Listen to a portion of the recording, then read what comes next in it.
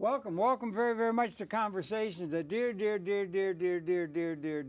friend of mine, as was, of course, we just taped a program with Coley Clark, but this being Frank Craven. Frank, welcome so much to Conversations. Really, don't squeeze too hard. I'm getting a little arthritis. I can feel it. Yeah. Oh, we'll get rid of that with fish oil. I know, you've got some good ideas. You've even brought me some of that. I'm going to reach out to everyone to try to figure out. It's really compromising when you have pain that you're not used to. But anyway, that's no one deserves pain. We're born to be in health. Welcome to Conversation. Frank Craven is from the famous Craven family of actors, and he's also an accomplished artist, and he's also got a number of views. He's really here to try and sing the praises of President George Bush and the neocons, and because he's really in their corner. He's bought and paid for by, that's what we had to pay a big lot of money from the Republican convention to get him here to talk on their behalf. But welcome, Mr. Republican. Yes, incidentally, you don't have $75,000 to have dinner with Mr. Romney, do you? Right. Or $40,000 with Mr. Obama. It's true you come from a major family. I think it's worthwhile. Let's anchor it in that, because the Craven family is a American theater family, and you come out of that good background, right? Yeah, I'm glad to say my great-grandpa starred with Edwin Booth and Joseph Jefferson. With Edwin Booth? Well, yeah, John Wilkes Booth killed Kennedy. I mean Lincoln. Yeah, I know, but funny, Kennedy and Lincoln, they both want to get rid of the Federal Reserve. Yeah, and you know, that's interesting. Look what happened to them. So. But it goes back to Lincoln times, your family. My great-grandfather, yeah. Yeah, your Then my grandpa, of course, did Our Town and wrote a lot of plays the first year, comedies on Broadway. And he wrote Laurel and Hardy movies, and was a script doctor and a star in early Hollywood. And my dad was a big Broadway star and my theater teacher. And you have a thing where Frank has a son called John. John has a son called Frank, and like that, right? Yeah. So your dad's name was John, and Frank Craven.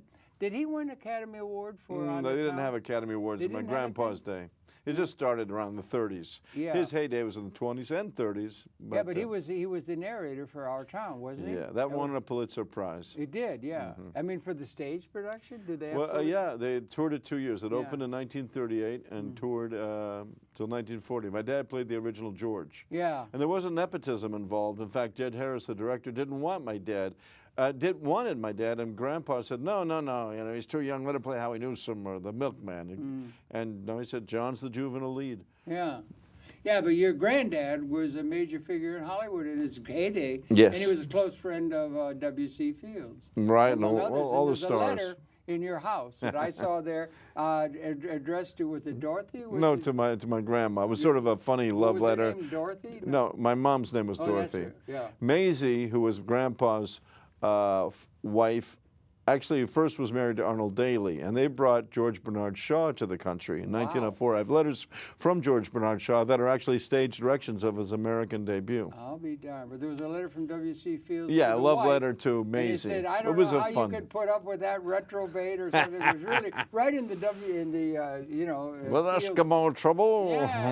Yes. Well, my little chickadee. And he was well known. So congratulations on that. And he's an actor now, and he does acting, and he's also got a program here that airs every Friday night at 9:30 p.m. Correct. On 34, I guess, yes. Channel 1, called "What's Ailing and Healing USA." What's ailing / healing America? Yeah, that's a question right. We have a right and duty to ask, answer. It's like to That's every right. we complain against the government, but we offer up solutions. Yeah. To every poisonous plant, there's the antidote nearby. Yeah, right. Life is about a balance. Yeah, right. So it's great to criticize, and it's our duty, in fact, to criticize authority, despite the Patriot Act and all the paranoia they're inculcating and laws and pseudo-laws that they're putting in place. Yeah. The American spirit is based upon consensus, criticism, and not have a runaway government that's an authoritarian dictatorship. Or runaway institutions and but question authority. Bush stole the elections in 2000 and again 2004 with computers, and we got this Patriot Act, which has shredded the Bill of Rights and created a disguised dictatorship that's no longer disguised. Do you have faith in the Constitution and the founding documents for the United States of America, which you can repair for a sense of what we call it's time for a whole law? new ball of wax. Okay. That was written 200 years ago. Yeah, right. And it was good then, and as an experiment in socioeconomic politics, America stands for certain things, But, you know, it took over almost 200 years for the blacks to get a vote, and it took over 100 years for the women to get a vote. It's pretty ridiculous that, you know, the Indians should be genocided, and we were reared on this racism and genocide. Unfortunately, America is about imperialism and materialism as being the best, and there's always competition of being the strongest, the best, and that's the problem. Really, we're a cooperative, spiritual reality that is working together, like it or not, and when we learn to work together, we build on each other's energy and grow. And so each community survives. The Quakers, the native tribes, or a little neighborhood, a little village, works together as a family, and they connect and they help each other, and that's what's great. What happens with our country now and prior, and hopefully not going forward, is that we've out of control greed and materialism has spun into, we have this tremendous bureaucracy that has just given carte blanche to the pharmafia lobbies and the environmental protections. The government doesn't protect us anymore. It protects the corporate banking profits. And of course, if corporations were people, they'd be sociopaths. They have no morals. They have no sense of what's right and wrong. And yeah, there was a movie. Was it a movie made, The Company or The Corporation or something, that took the corporation and judged it in psychiatric terms and came to the mind that it was psychopathic? Yeah. The corporation, as its structure dictated the way it would be set up. Well, it's based on making money and ruthless greed, and they don't care. Now, has it always been, has history, we said the United States, but has it always been that there was a ruthless crew who ran things, and most of the people that were serfs wallowing around in the mud while the kings lived in the palaces? Of course, that's my show. That's my title: Authority versus Majority throughout history. The king sends the peon off to war. Go enrich my kingdom. Yeah, but it wasn't just the United States. The history of mankind, in a certain sense. Yeah. I don't think we've ever had what may be beckoning now, real, honest to God, liberated democracy for all of the Homo sapiens species. Well, that's why I'm a great fan of the indigenous culture. Okay. Although, you know, the Incas and the Mayas were big mucky muck and again corrupted authority with their ego. But basically, the smaller tribes, the big chief is the guy who makes sure everyone is fed. He's the strongest. He keeps the fire. He guards everyone, and he makes sure he has genuine respect because of the fact that he takes care of the tribe, and he thinks of the seventh generation. Most native people have this sense of fundamental organic respect for the community, for their tribe, for their clan. Yeah. And that's what makes a good leader, like we saw in El Salvador, Nicaragua, the Sandinista Revolution, or El Salvador Allende in Chile, and different places where an organic communist revolution happens, like in Cuba, when they kicked out Bautista. It's funny, in 1961, you know, what's his name, the greatest writer, Ernest Hemingway, was touting the benefits of Cuba, and actually he lived there, but they suddenly offed him, and everyone thinks he committed suicide but he didn't write a suicide note. He was a war correspondent. He always faced death. He wrote The Man in the Sea, and lots of great books about facing death in the afternoon. Was he going to write his own suicide note? And his woman was taken away and lobotomized. So, you know, we know what happened to Kennedy in '63. Yeah, and all these, the CIA has... Slow down a minute. That thing about Hemingway. Yeah. You're saying that the idea that he was up in Idaho and did himself in? No, he did not. He was killed. He's saying he's not. He was touting the benefits of the communist revolution in Cuba. Evidence of that, or what? Well, they say he killed himself. There was like recently a black guy was arrested by white police officers. He was handcuffed, and they say he shot himself, you know, in the temple. How could he shoot himself? You know, they always throw suicide out as a way to divert, you know, and pass blame. But speaking of Hemingway was like a giant. Yeah, writer. He wouldn't commit suicide. No, well. You're making... I don't believe he would. Send me chapter and verse on that, because I hadn't heard that. Well... Now, the thing is, we got the internet. It's great, and all kinds of stuff comes in over the transom on the internet, which is made up on one day and sent out the next without any validation. So you understand what I mean? Well, you can't always... It's not always triple sourced. But I've never heard that. That was really something... Well, it's just very logical. I read it in the Spanish newspapers, and I've heard about it, and it makes sense because he was a very heroic war correspondent that was not afraid of death. So when faced with your own demise, you know that he would have written a very eloquent goodbye note had he decided to kill himself, because he was a writer. It's very hard. And there was no suicide note. There was nothing. Yeah, but is it easy? Is it easy to project our notions of what somebody was thinking? I think it's very hard to do that. Well, because life is It's very idiosyncratic. You know, and I don't even hardly know myself, let alone somebody else knows. It's possible to commit suicide. We often entertain it, but it is a tremendous sin against God, the Creator, who has given us life as a gift. Do you know that, speaking of suicide, and in the Quran, Muhammad was asked to give a blessing at a funeral of someone, and when we found out that the victim had committed suicide, he said, I can't do this. It's against the law of God to commit suicide. Well, we know in our heart that suicide is wrong, because life is sacred. And all these suicide bombers, the jihad has raised its ugly head since 1989 when communism failed.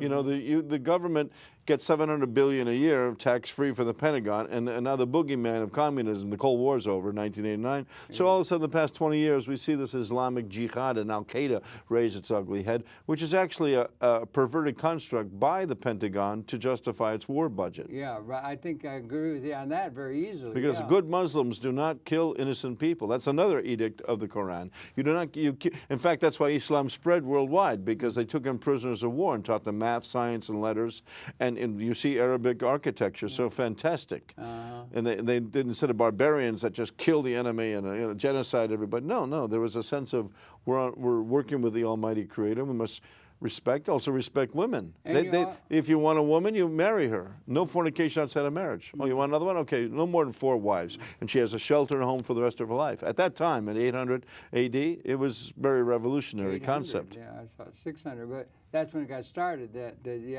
So the Pentagon is our problem. They get $700 billion of tax-free, and also the oil companies. Is that a problem that's always been there from? Yes, the oil companies are extracting the oil from Mother Earth, and they're making multi-billion-dollar quarterly profits, and they're not paying taxes. Yeah, but they're talking about the contemporary minute. I'm talking about 10,000 years ago we got civilization. Well, okay, going back in history throughout humanity, the problem is ego, is selfishness. Well, basically, I might be wrong, but I define devil as selfish, angel as selfless.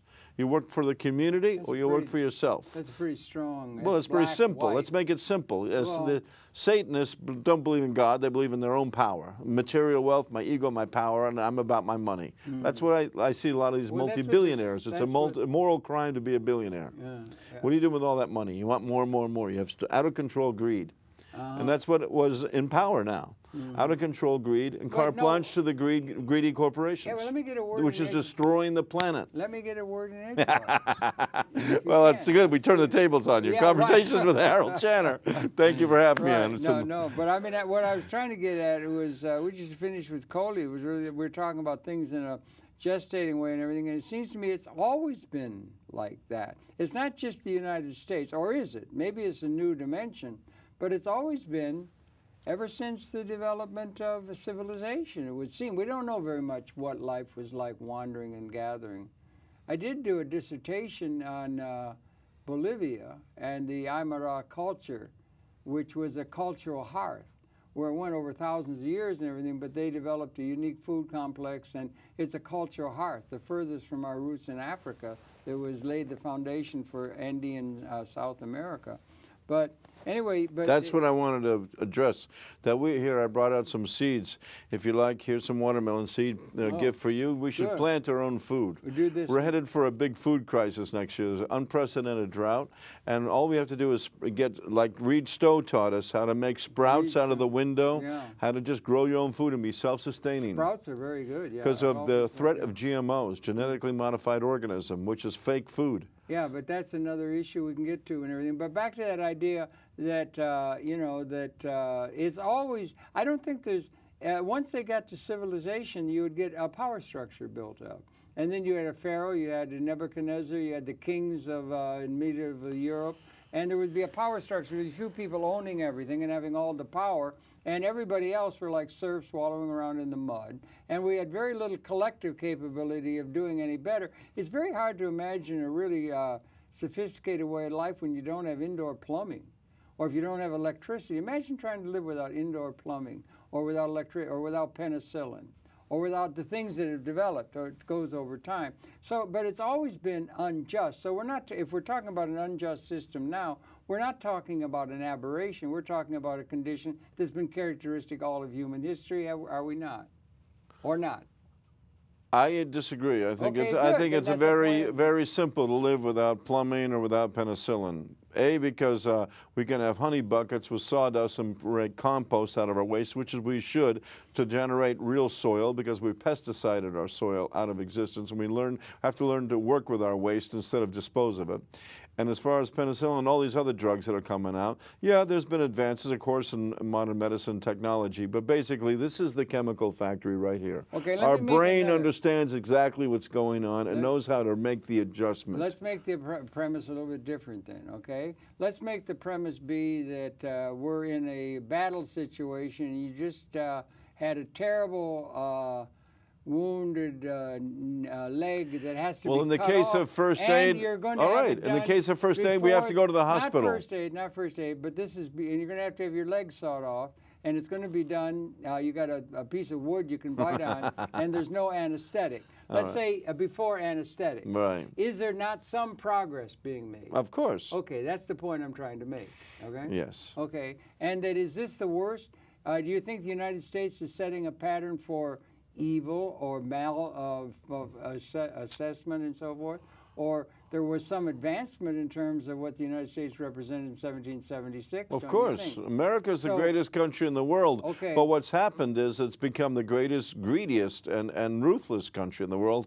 And like in the New York State alone, per capita, we have more people behind bars in prison than the rest of the world, and in solitary confinement. No, wait a minute, not in New York State. Per capita. Oh, per capita? In New York. True? Well, it was something. What, 2 million? I heard it on Law and Disorder, and Michael Ratner, and that was a fact they were bringing out on that program. I trust that source. Yeah, that's a good source. And New York is, unfortunately, and deciding hydrofracking. This is going to create methane gas pollution. This is going to bomb the earth. This is the wastewater. Is there any way it's ridiculous to even discuss it.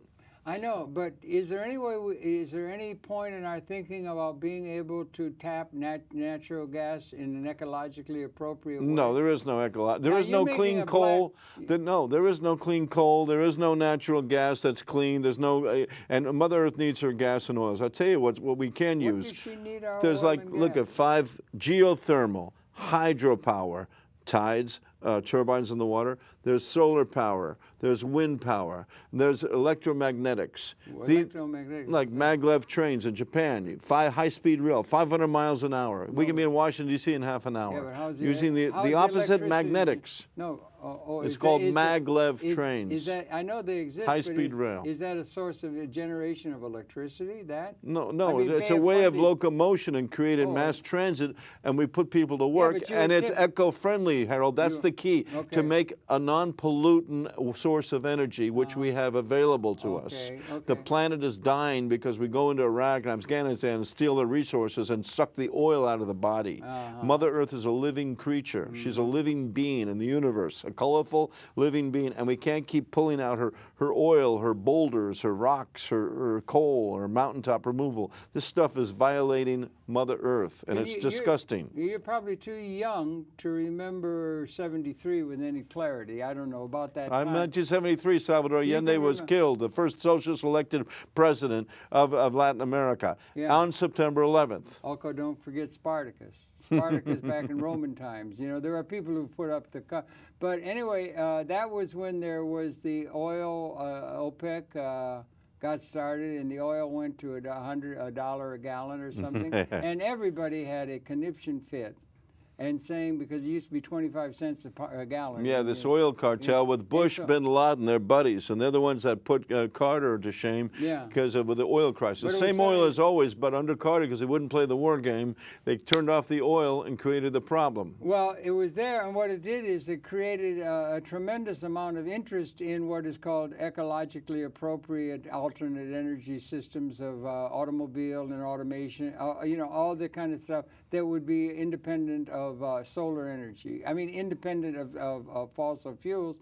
And there was a tremendous amount of interest then in terms of people who were talking about how we can have all these alternate energy sources. Well, absolutely. If we would have followed Jimmy Carter, who was a farmer, and put solar panels on the White House, we wouldn't be in the mess we're in now. But Bush and Bin Laden and these oil cartels want to make mega money and just suck the planet dry of its natural resources, which is auto-destructive. Any monopoly that has a monopoly on something wants to keep that monopoly and make more money. Yeah, well, unfortunately, the game for monopoly is over. The game for authority versus majority over. It's time for awareness and awakening. Buckminster Fuller had it clear. Well, Buckminster Fuller was very, very good. Yeah, he was one of the most Utopia or Oblivion. He wrote the classic book. That gets into a different way than what you're talking, if I may. No, but he had the eco-friendly energy solutions versus fossil fuel industry pollution. Well, that was true. He would have been able to do that because he was a design guy.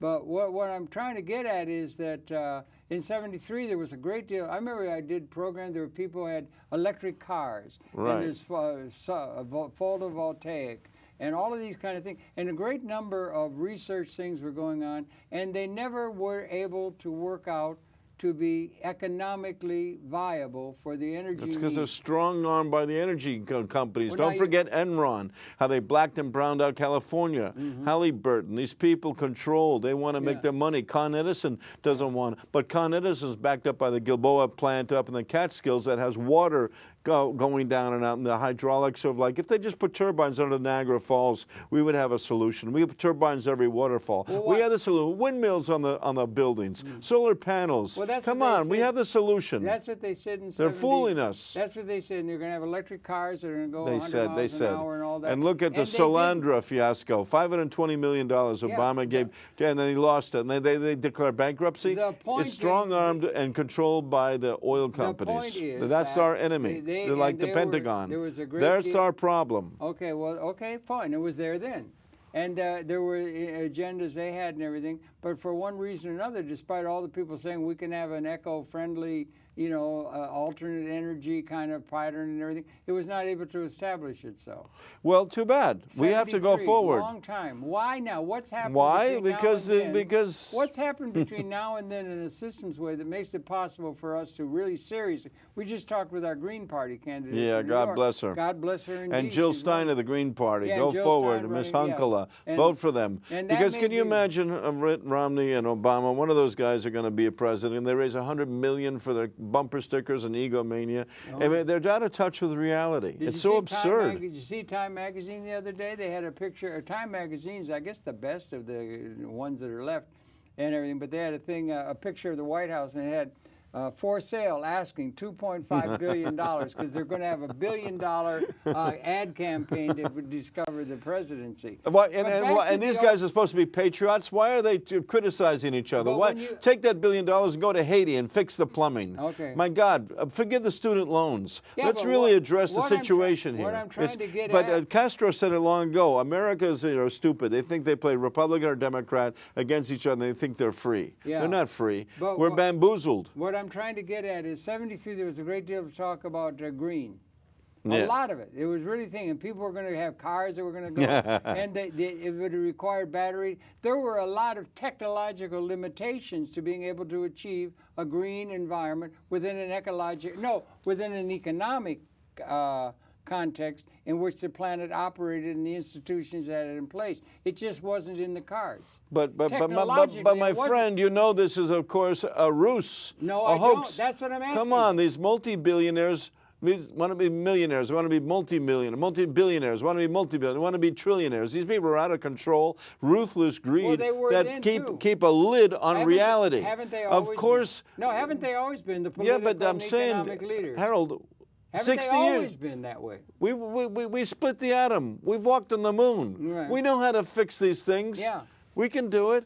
Oh, you just take a gallon of gas and you can spark the pistons with vapors alone. You can go 100 miles per gallon of gasoline. That's what I was doing. If I win the lotto, I'm going to challenge Bloomberg and the rest of the world to say, hey, let's build gas stations that create you know, cars that run 100 miles per gallon. Let's just create the change, as Mohandas Gandhi said, be the change in the world you want to see happen. Well, that's very good. But make buildings that have solar panels let me take you back. and windmills. Let's just do it. We can do it. Why didn't we do it in the 6th century? Because they don't want you. They control. Because these gangsters in power manipulate the control, so they're multimillionaires, so they're billionaires, so they're multi-billionaires. We understand that. They won't let us. We understand. You don't have to keep. We know the deal. We don't have to keep going on it. So I want to take you back to the 6th century. Okay. There was no way in which we were going to be able to have indoor plumbing for everyone, or all the kind of things that were in historical terms essentially a future thing. It was not possible. We didn't have the technological capability.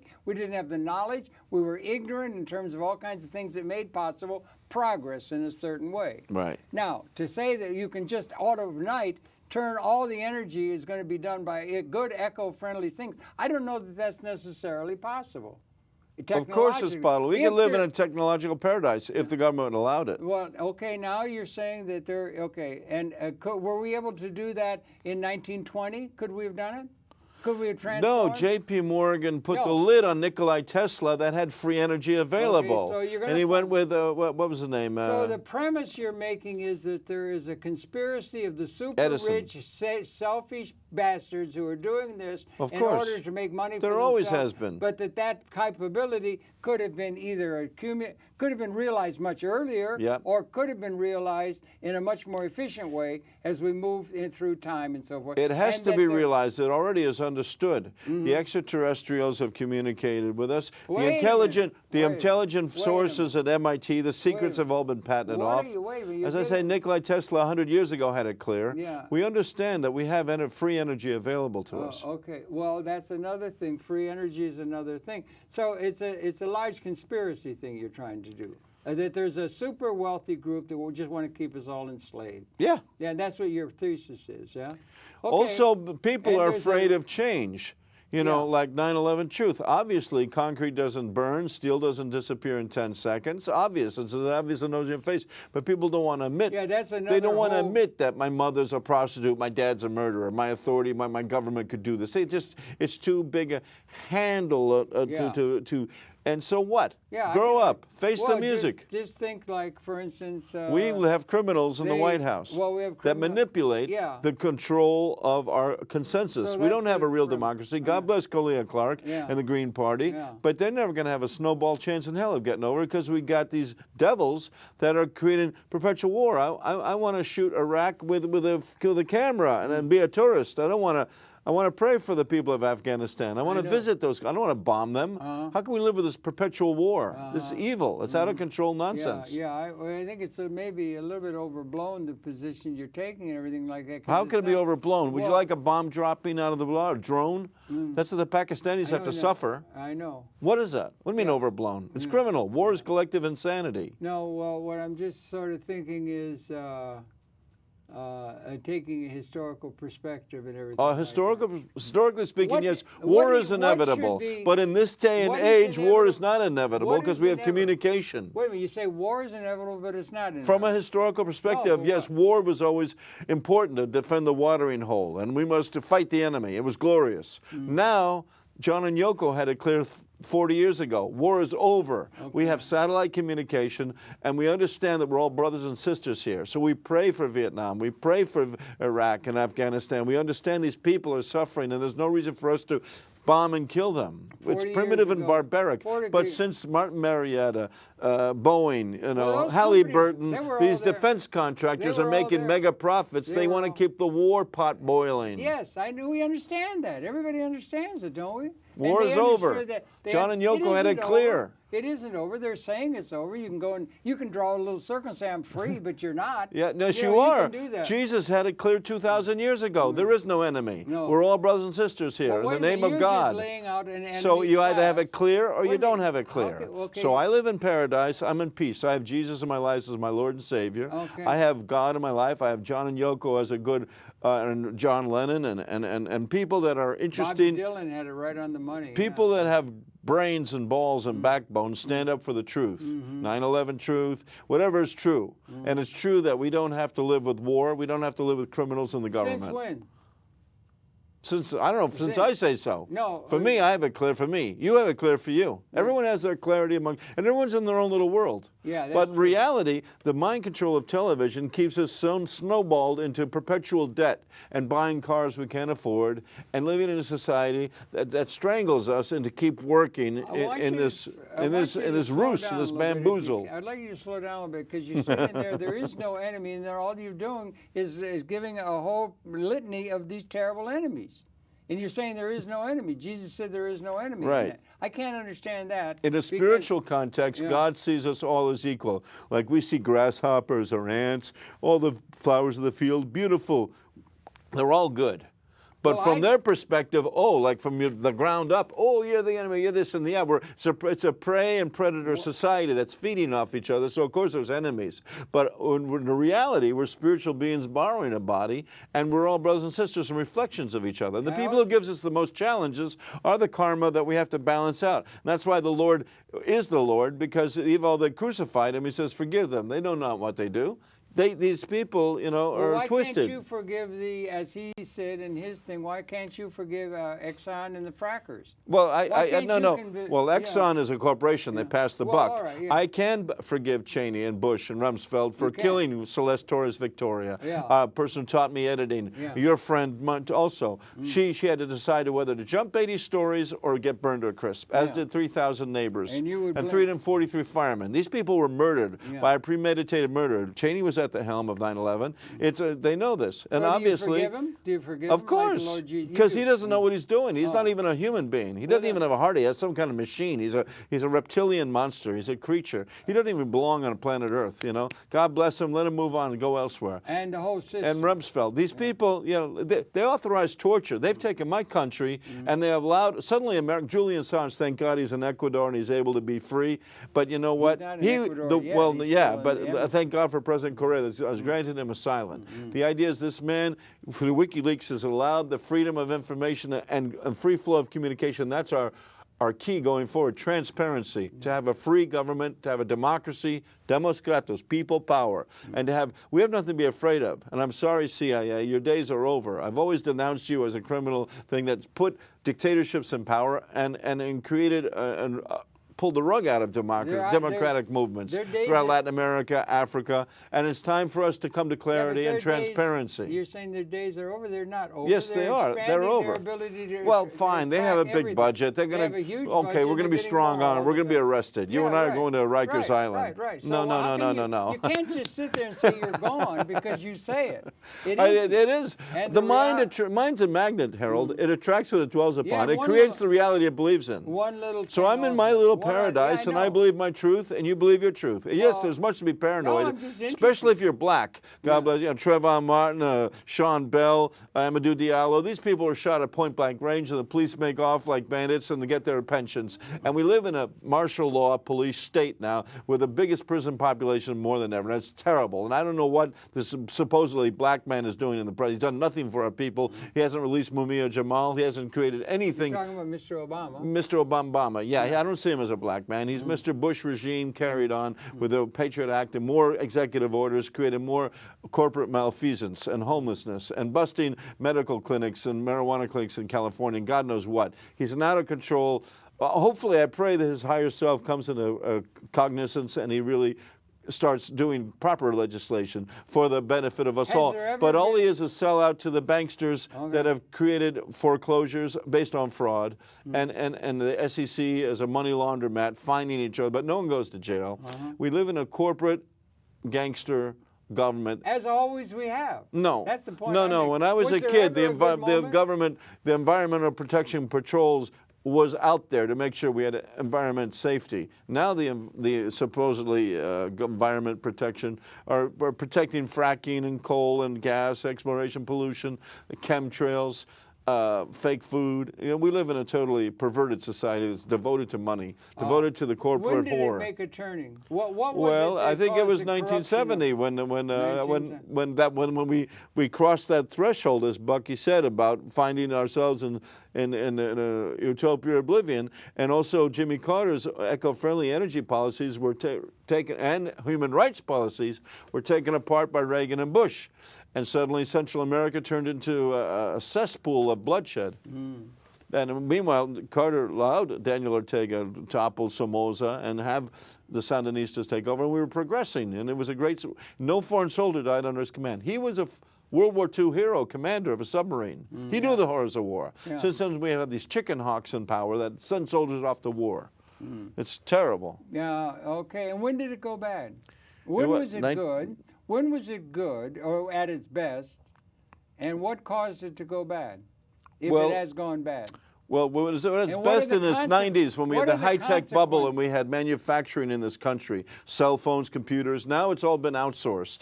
And it's like, that's criminal too. That's traitorous to send our jobs abroad. Why is that traitorous if you could make a product cheaper over there and you got containers? Because we need work at home. We got to put our people to work. Well, FDR was a great president because he tumbled us out of the Depression and put people to work. And we need a president who's going to put us to work and give us manufacturing at home. America, all it produces is bombs and missiles. Yeah, it's a big market. No, it's terrible. It's awful. It's criminal. Well, when did it go bad? That's what I'm saying. Was there ever a time when it wasn't bad? Well, yeah, there was always the negative and positive energy. There's always the selfishness and the selflessness. But as far as being out of control bad, out of control bad has gotten to the point where there's just no checks and balances, no morality anymore. Is there any hope? One of the best times was, I think, when JFK was president, because he spoke to the press directly every week, not off the cuff, and he had a great humor. He was an authentic leader, an intelligent man, and instead of speaking as spokesman or having CIA prescripted speeches as these pseudo-presidents do. That's 61, 63, yeah, that was a period. And you cited 1970.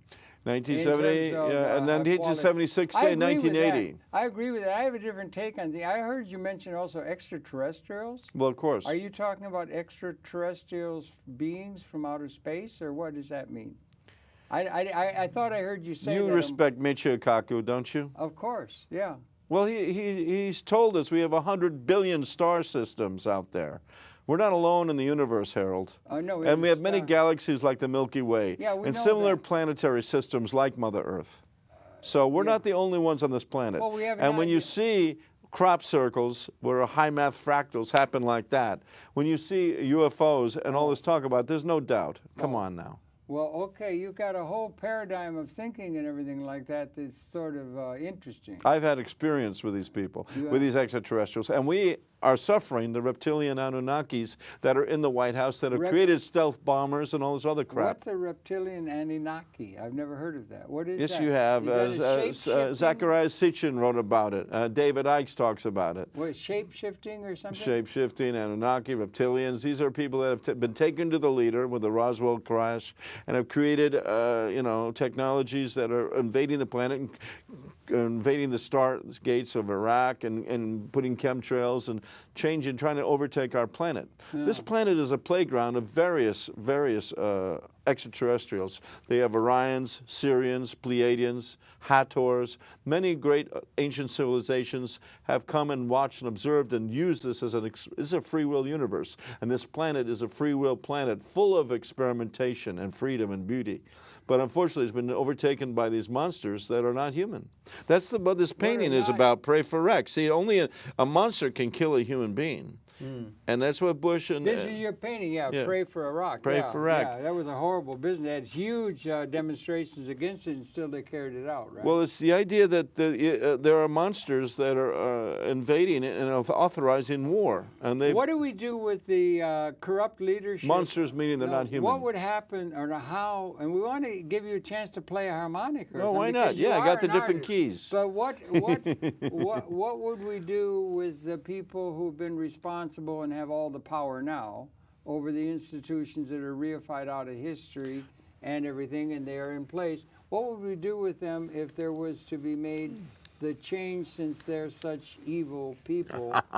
What would we do with them? Or what relationship would there be to those who are heading the institutions that are so I don't believe in torture or waterboarding, but it would be nice if Cheney and Rumsfeld got a taste of their own medicine a little bit.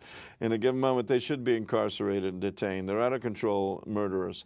But God bless them. We wish no harm on anybody. What we really need to do is have rehabilitation in rehabs instead of prison, and if a person's drug addicted, then let them get out the monkey off and learn gardening and respect for community. And if he's a murderer or rapist, let him learn respect for women or human life. What we do is have this cruel, out of control slave labor that just creates profit for a privatized prison situation. Do you have any thoughts on the system by which the economy ought to be done, how capital should be formed and how demand should be distributed among the people of the world?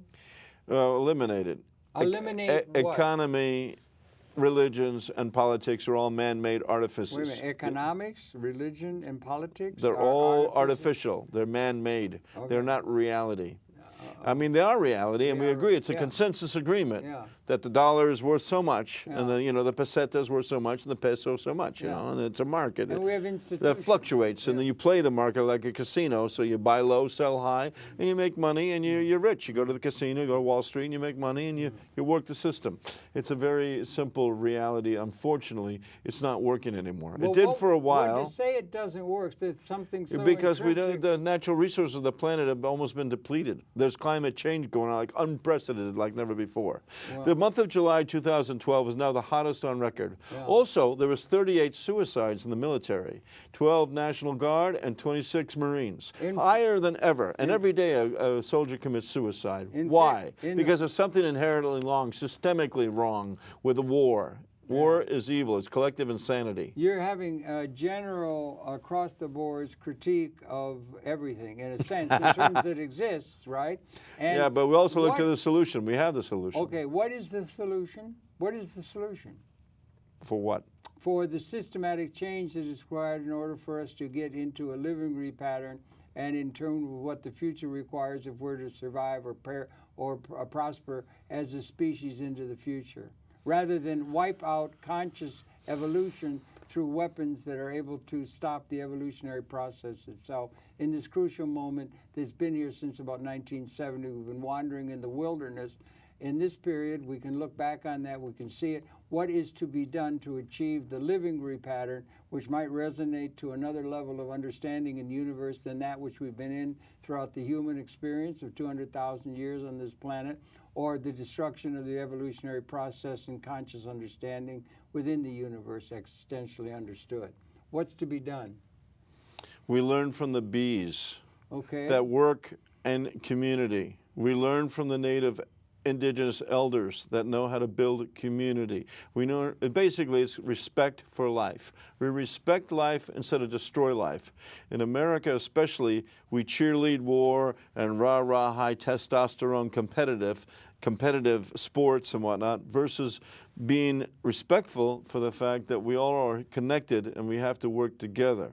Shifting out into that mentality, we grow together and share, like Julian Assange wants to share all of the knowledge of the advances of medicine and technology, and not be competitive and try to win a Nobel Prize here and a Pulitzer Prize there. No, everyone is trying to share information now and understand that transparency is the key going forward. How are we going to get buying power into the hand of the mass of the people when they're not needed as laborers in a productive process? Buckminster Fuller outlined it long ago. We've transcended scarcity. We have the technological capability to live in freedom. We can run 100 miles per gallon of gas and not even work with gas. We can work with water and shift our work with the ethers and work with heated molecules. We have all kinds of wonderful technology available. We can live in a scientific paradise if the secrets of NASA and MIT and the Pentagon decided to lift the lid on what they got going. They know it all. We know how to do it, but they want to keep the haves versus have-nots game plan. The shell game, Republican versus Democrat. No. It's been that way ever since. As far as we know, we don't know real well wandering and gathering for 180,000 years, probably as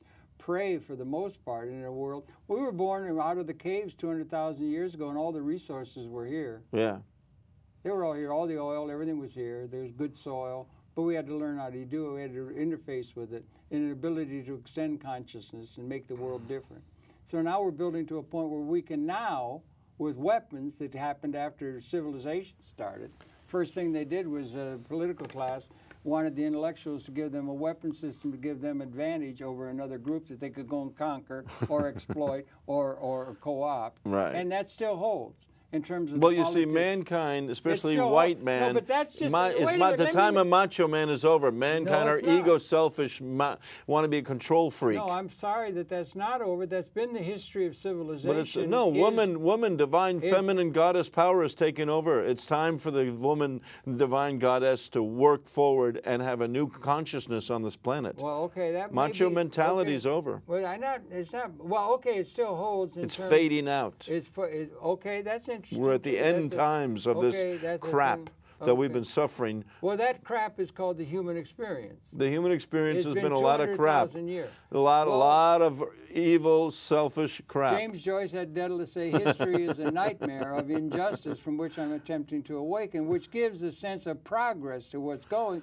And we're going through we're going through a birth process now to a new way that encompasses all of human existence. It's not just this moment. It is coming to a focus point like a pregnancy, but we're coming to a point where we can stop evolution. We couldn't do that as recently as the Second World War. We were trying to kill each other as best we could, and we were impotent at the destructive. We couldn't not wipe out the species. We now have, since 1970, the weapons have become species lethal, and they still are. We can wipe out mutually assured destruction. Well, it was called that with the atomic weapons. We had START, we had Reykjavik, and that kind of stuff. So, but we got black ops going with germ warfare. Isn't it absurd? With germ warfare, because out of the history, what you had to be in all cases was the winner. If you were not the winner, the winners would come in, castrate all the men, rape all the women, steal everything, and do it for themselves. So you had to be the winner. Well, that's our barbarous history. Yeah, that's called, and it continues. And it's still No. We as intellectuals are communicating about that. Intellectuals, we as agnostic intellectuals understand that is over. War is over, said John and Yoko 40 years ago. It's over. Well, what was if you and I disagree, we don't have to fight each other. Violence is wrong. We know not to have conflict each other. It used to be the truth of fight, and I'm stronger than you, I'll kick your ass. What's that little thing? Finito, man. What's that little thing that went on in Iraq? What's that thing that's going on in Afghanistan where people are suiciding themselves because it's so abhorrent? What was that overthrow of a good progressive system in Libya by a thing? And what it is, it's still... A game by NATO, by the U.S. military to sell their arms and weapons. The British were able to conquer India because they had the Gatling gun. They had advanced in technology of intimidating other people. Yeah, but they went into Libya and ousted Muammar Gaddafi, God bless him, because they have the water, they have the oil. They use that battleground and made flimsy excuses. They had the weapons to do it. It's called, in political science or in thinking that way, whoever's got the gun wins. That's all. It's realpolitik. It still holds. I refuse to allow that. You refuse to allow it. No, I don't tolerate it. People like that don't sit at my table. I am not having dinner with people that are in that bellicose mindset. Well, that is still the order of the day. No, it's not my order. People tell me to shut up with my show, What's Ailing Here in America. People say you have to be afraid. No, I'm not afraid. I'm not going to shut up. And I'm not interested in catering to stupidity. And I don't tolerate 9/11 denial either. 9/11 truth is the obvious thing. Let me ask you that was an inside job. Those towers disappeared in 10 seconds. And there's no discussion. We've got to get to a couple sweet whiffs on the harmonica. Okay. But are you, let me just ask you, are you optimistic or pessimistic for the human prospect? I'm eternally optimistic, Harold. I got the Lord in my heart. I have Jesus that touches me. I got Buddha that teaches me compassion. All the great master teachers teach us about love and respect for life. It's a very simple thing, even if you don't believe in God. If you respect life like you're an atheist, you believe in the golden rule. You know, it's like do unto others, they have do unto me. You know, let's give and take here. Secular ethics. And it's very basic. If we work together in respect, we'll proceed in harmony. We have a capability now, thanks to Mr. Fuller and some of his thinking and others those lines. We are now at a point where we are at a major juncture. And we have the ability to annihilate or liberate in a way that's never been possible in history. Correct. The human society within an ecological context that could bring everyone to a point of realizing their full collective capability for the good of the whole, and bring in a world, a resonancy that would inter-accommodate us to universe, transcendent to what we've been throughout the human experience. We're coming to the end of the human experience if we make it. Are we going to make it, or are we going to entropy and blow up where you have this capability? And what makes you think that you and your thinking and your thinking and everything is going to be able to prevail against the forces that seem hell-bent on moving toward destroying the entire species? Well, unfortunately, Coca-Cola wants to keep making profits, and they're going to destroy the water and keep making us drink poison. Unfortunately, the governments are going to keep kowtowing to their BS. So as a result, like when the dog comes out of water, he's going to shake it off, and this is what Mother Earth is going to do. We're in for a big Earth climate change, my friend. Now, you don't think it may happen here, but the Japanese didn't think it was going to happen in Fukushima. The Haitians didn't think it was going to happen there. The world, you know, is going through unprecedented climate and global change, and it's going to get a lot worse. Excuse me, Frank. That is not, that's not at the level at which I'm talking. That will lead to political, if there is that coming, that will lead to incredible political instability that would very well lead to, but it would not in itself lead to, the obliteration of the species. The only thing that would lead to the obliteration of the entire Homo sapiens species, that's what I was positing.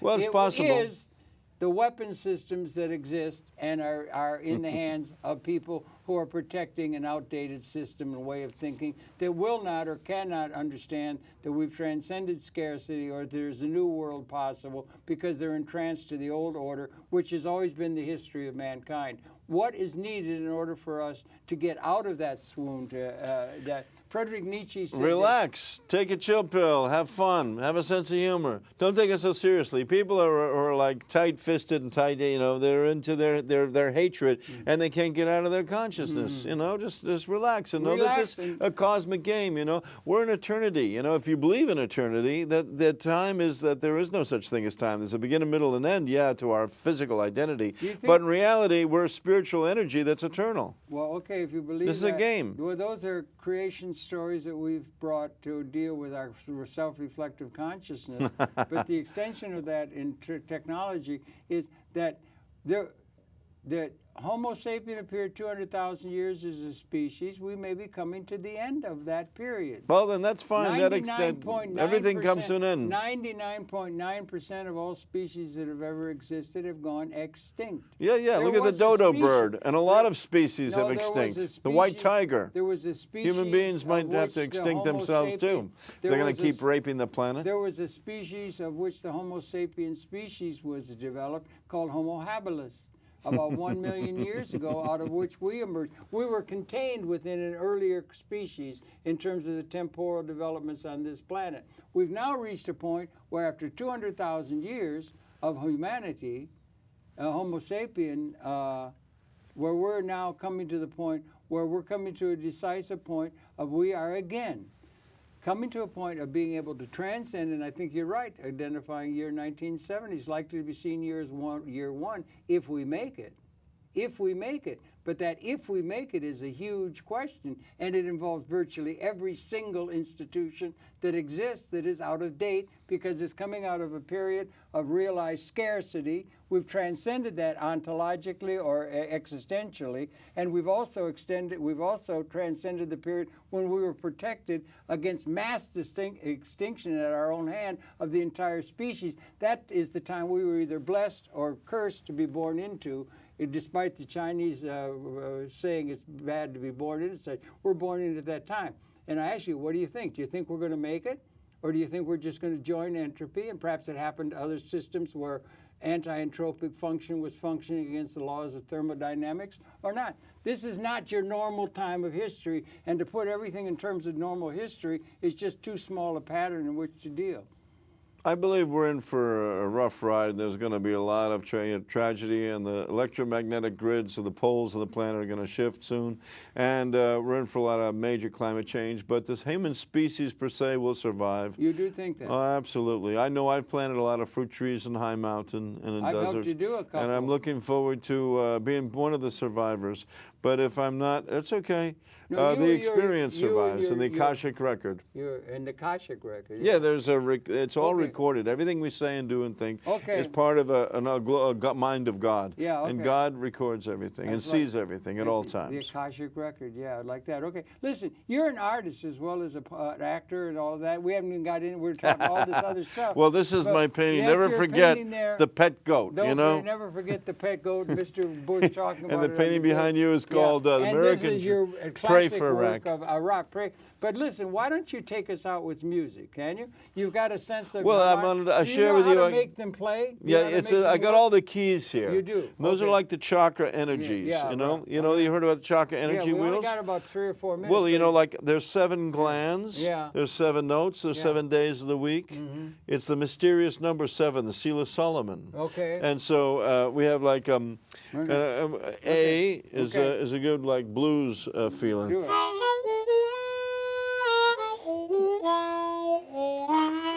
Oh, I've heard that lot. I've heard that lot. And then G is nice shuffling. Oh,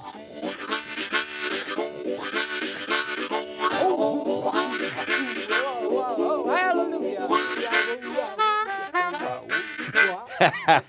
Now let's give music is healing. Hurry up, because we're coming to the end. We've talked all that time F talking is about very the fate fairy-like. Oh, yeah.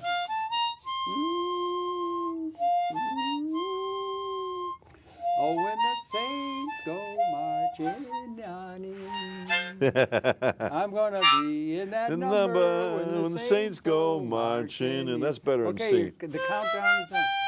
Listen, why don't we see my promo? It's 30 seconds. Oh, yeah, I have a okay. TV show. Can we do it? It's 30 Friday seconds. nights at 9:30. Can you do a promo piece for his Yeah, program? and I have a book on Amazon.com, What's Alien Healing America, 2 comedies on God. Let me hold it up. And a CD on CD, baby, if you want my music. DVD if you can, quick, if it's just 30 seconds. Yeah, it's and my then little show this if program. you That's a get book chance. on Amazon.com I wrote. haven't seen this book. When did it come out? I haven't seen it. 5 years ago. Oh, really? Okay. And I have this is the show. a CD on CD, baby. Okay, this is a thing for. It's in Russian, you got it. Yeah, it's in Russian. In Spanish, it's in verse. There are a couple of plays I staged called 2 comedies on God. Okay, this. So let's see. Okay, that's good. That's good. Whatever. And now, are you going to be able to play that, Josh? Can you let me know? Are you going to play that? Well, let's look at the credit roll. How exciting. Thank you, Frederick, and thank you, Josh, for being in the control booth and helping us make a wonderful program. Thank you, Harold, for inviting me. English came, apparently. I apologize if I manipulated the conversation, but it was so wonderful to share another one with you. It's all good to talk like that and everything like that. So it looks like we're not going to play the promo piece. Well, that's all right. My show's on Friday nights, 9:30, Channel 30. What's Alien Healing America? Channel 134, right? Yeah. Channel 1. It's gonna become I've been on for 14 years, since 1998, every Friday. That's right, every Friday. I love editing. Good as clockwork. He's there and it's really ready to go and everything. So play a couple more tunes. Play us out. Sorry we couldn't get the promo piece. Is that the one with the cow? The cow. Is that the one with the cow? That's a good one. It's on. You got to get the audio. Okay.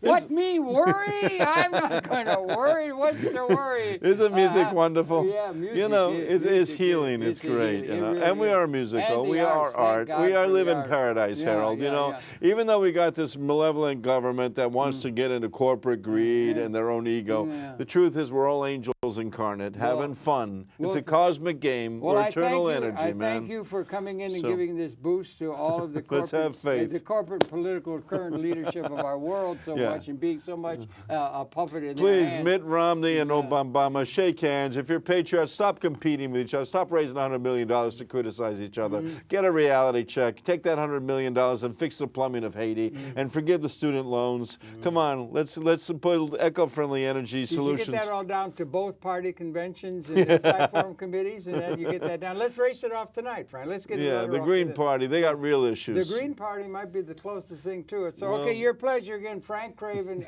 Esquire, actor and playwright and artist, musician, man, a Renaissance man, and a master of all. Okay, thanks a lot, Frank. Good to talk.